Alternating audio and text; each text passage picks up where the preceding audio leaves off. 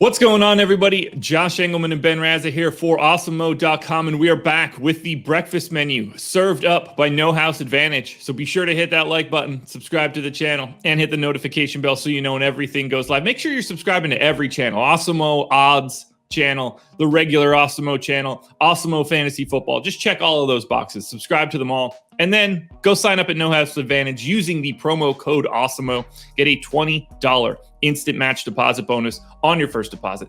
You don't have to worry about fantasy points. It's not what we're doing here. It's player props, NBA, MLB, NFL, even PGA contests. You can play them all. You're just trying to figure out if someone's going over or under a particular mark, and those lines are static. Plus, we have all the free content on the website for No House Advantage that you will need to build those lineups. If you want to build them manually, you can do that. If you want to just take automatically created lineups for No House Advantage, you could do that as well at Awesemo.com. So use that promo code when you sign up.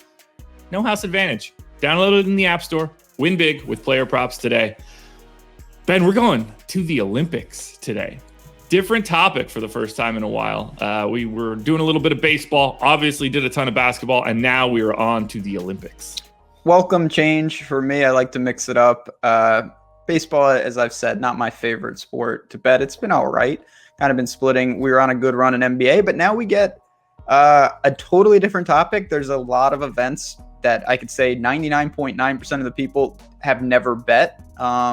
Interesting opportunities. I'm also fascinated. We've got 2 picks each. We obviously don't know where we're going. Did you stick to mainstream sports? Did you venture in to the handball, the javelin, things like that? I'm really excited to see where you go. I stuck to my guns. I will be talking about international basketball, the place that everyone should want me to go for speech. I did look a little bit at wrestling. I will not lie. Did not end up going there. They don't have some leans, but they don't have like the MMA guys. None of them convert over to wrestling, right? No. Okay. I don't know. I don't know these things. Chat, forgive me. All right. How do you want to do this? Like I said, you're having, not to step on your head while you're drowning, but you're in a little slump here. Tokyo is gonna bust out of that slump for you. What do you want to do? You want to go first? You want to go second? I'll go first with 4 strips of bacon on the Olympics to get canceled for COVID. Oh, yeah. At what? Minus 500? Yeah, it's a lock. It's a lock. It's minus 800 if you want to put that unit on it. Go to Alex Baker's Twitter to understand what it's like to take those bets. Anyway. So I've seen. I will go first. And it is a 1 strip of bacon bet. And this is on France to go further than Slovenia. Minus 125. Again, we're talking basketball, or at least I'm talking basketball. A lot of people are going to want to try to ride Luka deep into this tournament. It is not the same team that won gold in Eurobasket in 2017.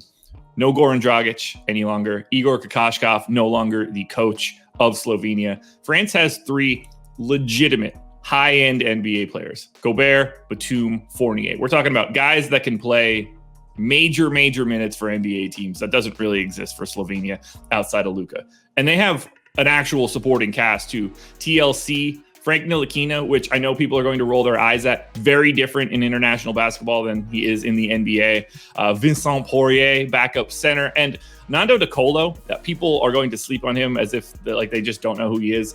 He was in the NBA at one time, played for the Spurs, played for the Raptors for a brief moment. He could be in the NBA right now and could have been in the NBA for the past 5 years. He just isn't. 64% true shooting on 28% usage for De Colo. He's going to get slept on. He is probably one of the best players in the tournament that most people don't know. They're too good of a team to go home before Slovenia. If I'm wrong, it's because Luka is doing like truly bonkers stuff, which is not outside the realm of possibility, but I'm not super worried about it. That's interesting because I didn't do a ton of digging on these teams as a whole, and from a casual viewer, it's like Luka, Slovenia is like a dark horse potentially win the tournament. But you bring up a good, the advantage some of these teams have is that well-rounded squad, obviously the chemistry, things like that. Where's Tony Parker? Not walking through that door? No. And speaking of Tony Parker not walking through that door, we'll get into my second pick in a second. All right, then. My first pick is a long shot. I went to tennis. These are pretty strong fields. We've got Novak on one side. I almost included him. I'm going to take a shot with Sabalenka once again to win gold in the women's Olympics for tennis, plus 1,200, just a quarter strip of bacon to win 3. Because again, it's a very difficult field. We've got Naomi Osaka is back. Obviously, Barty is there. There's some big time Iga, a lot of contenders. Sabalenka, if you want to take the glass half full approach, she's starting to get it together a little in these premier tournaments and majors. We know that she hasn't broken through yet. She got a little closer at Wimbledon. I did like what I see. I love the talent. I always back her. And I'm getting 12-1 here. So going to Tokyo on the hard court, I think it's more of an unknown. And certainly I think in odds bear this out. The women's side is more wide open than the men's. Novak is just at another level right now. I'm not saying he's guaranteed to win, because I would have taken him at minus 175 if I thought that. But I think it's a much more daunting task. This is, if Osaka's a little rusty and Barty loses, there's only a couple other people amongst the next tier before you get to Sabalenka. So at 12-1, worth a splash, a quarter strip of bacon on a future that I think at worst I might be able to hedge out of if I wanted to. I don't know anything about tennis, so I'm going to just keep it moving on remember that one. You killed Roger Federer on this show.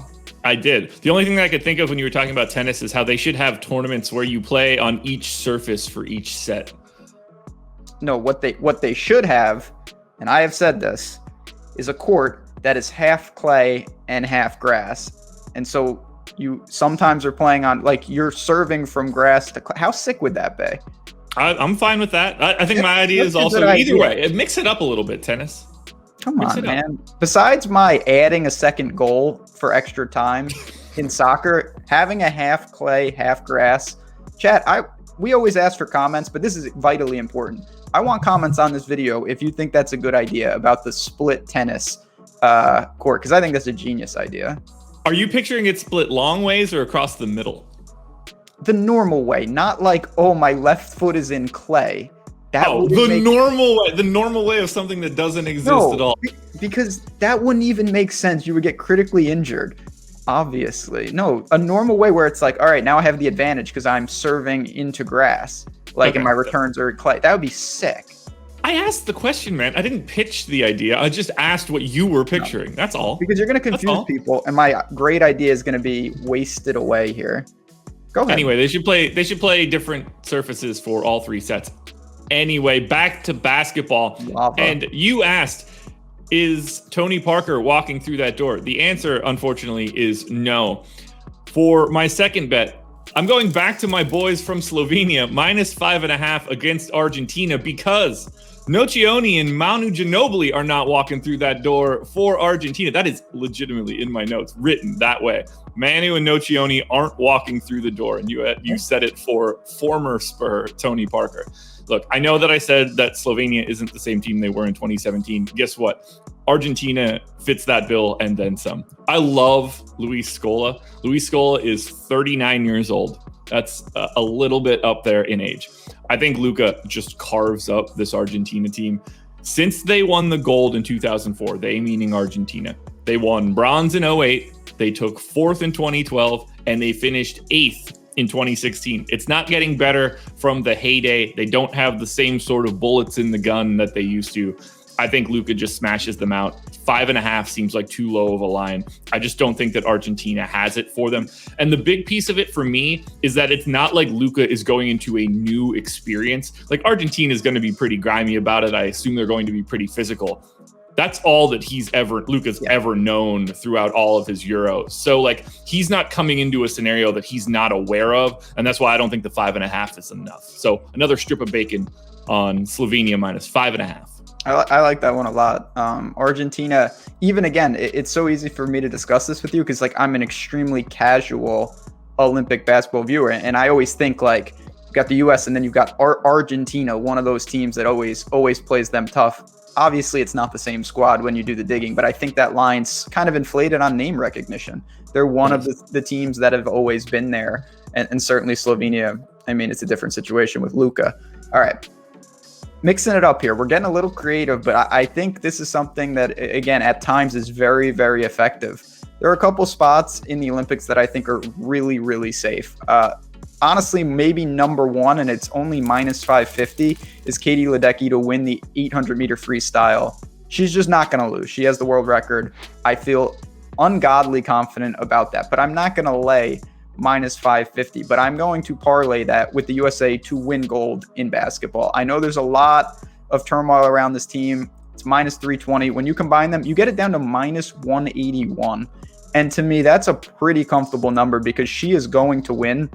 And now I have the US at a great number. And I know there's been a lot about the exhibition games and they don't look good. I think when push comes to shove and they get in this tournament, they're going to be okay. They're going to find their stride. I don't know what Booker and Holiday and Middleton will have, but it can't hurt. They are getting Zach LaVine back. They're going to be fine. They just have too much talent to not win out here. And is it a lock? No, but I'm only laying, again, minus 181. This is not, if this goes wrong, I lose, a little bit. It's not great, but it's not a disaster. When you're looking at really highly juiced favorites, just like anything, you're evaluating chance of success against that number. And to me, Ledecky is a borderline lock in the 800-meter freestyle, and then USA to win gold. That number felt about right, but I'm getting it down to minus 181. I'm actually going to do this to win 2 strips of bacon. I really like this bet. Again, I think when push comes to shove, the USA will find a way to get through, get it done. I'll clear a couple strips of bacon here. Yeah, I'm not all that concerned with the U.S. either, so I'm right behind you on that bet. I don't know. I know who Katie Ledecky is. I don't know anything about swimming at all. Can she lose? Of course, but I'll say this, just like any other thing, when you're going longer distance, the variance is lower because, talent just eventually wins out. This is not like a sprint. That's quite a distance. It's one of her strongest. I think she rolls personally, so got that. USA to win gold. We'll see what we can do. And I don't parlay things a lot, but there are times where I think that can be very effective. And this is one of those combinations. To me, you're getting a really good number from. Well, that's 2 Olympic bets for the 2 of us, but we're not done. We still have sides of no house advantage. So we're stepping in to the baseball realm for this one. Again, go to nohouseadvantage.com and use that promo code. I will start it off. This one I feel great about. That would be Freddie Freeman over 0.5 RBI for today. If you want to take it for runs, that's fine. Matt Moore pitching for the Phillies. He's awful. He's thrown 46 innings since 2018. He's thrown 508 pitches to lefties in that time. That's across 4 years. He's given up a 245 x ISO. He's basically not been involved in baseball for like 2.5 years, and he's coming back to face the Braves. It's not going to go well for Matt Moore. Freddie Freeman is going to go yard today. I'm predicting that. I couldn't take that for no house advantage because it's not the kind of prop, but he's getting that RBI via a home run because Matt Moore stinks. Yeah, if he does hit a home run, you should be pretty safe to cash the 0.5 right there. That would take a changing of the rules to not happen. I'm going to just take what you said yesterday and apply it here. I'm going with Xander Bogaerts. That over-under is 10. I think he can push one across, or you could take a run. They're both 0.5. It's a situation. Montgomery pitching for the Yankees. Again, the highest over-under on the slate. Red Sox at home, minus 140. Should be involved, coming off a not so great showing, but I'm not going to worry about that. So there wasn't a ton that stood out. In the NBA with minutes, when rotations change, there is outliers where these guys are 99% in some regards. Here, it's not that simple. So you got to look for small edges, look for over-unders, as you mentioned, look for those pitchers that maybe are going to get exposed. And I feel pretty good about Xander having an effective night tonight. There you have it, everybody. Sides of no house advantage. We will be back again tomorrow picking, I'm not entirely sure what. We've got potentially MMA if we want to, more Olympics, baseball. We got a lot that we can go through, so keep your eyes peeled for that. Good luck to everyone tonight. Ben, any final thoughts before we leave? No, just one extra reminder. This show is going to be an Awesemo odds show long term, so there's no better time. I know long term you guys are going to get over there because we're going to be providing great content. Do it now. Head over, subscribe. We have a lot of NFL content dropping. College football. Me and Matt Gajeski just filmed a new podcast. I know people preparing for the season. We only have 40 days, and there is a ton of value out there. I know it's not the most glamorous thing to bet some of these, but you know what? Money's money, value's value, and that's what we're trying to create here. So make sure you do that. Follow us on Twitter. Why not? But most importantly, head over to Awesemo Odds and pump up that channel. There it is, everybody. Good luck tonight. Enjoy the bets. Let's win some bacon. We'll talk to you again tomorrow morning on another edition of the breakfast menu, served up by No House Advantage. I bet against Granada the other night. I don't like. They Isn't lost. that like a dessert? Well, we're not even going to get in. Some of those island Is nations. that like a shaved ice dessert? Shaved ice? No. Is it? May you ever hear of Granada? Granita. A semi-frozen dessert made from sugar, water, and various flavorings. You never heard of that? Yeah, they don't have that by us. No? Well, they No. don't have that by me either. They don't have it's shaved ice. Italian. I mean, they have shaved ice here because it's Nope. the beach, but no, granita is an Italian dish. Anyway.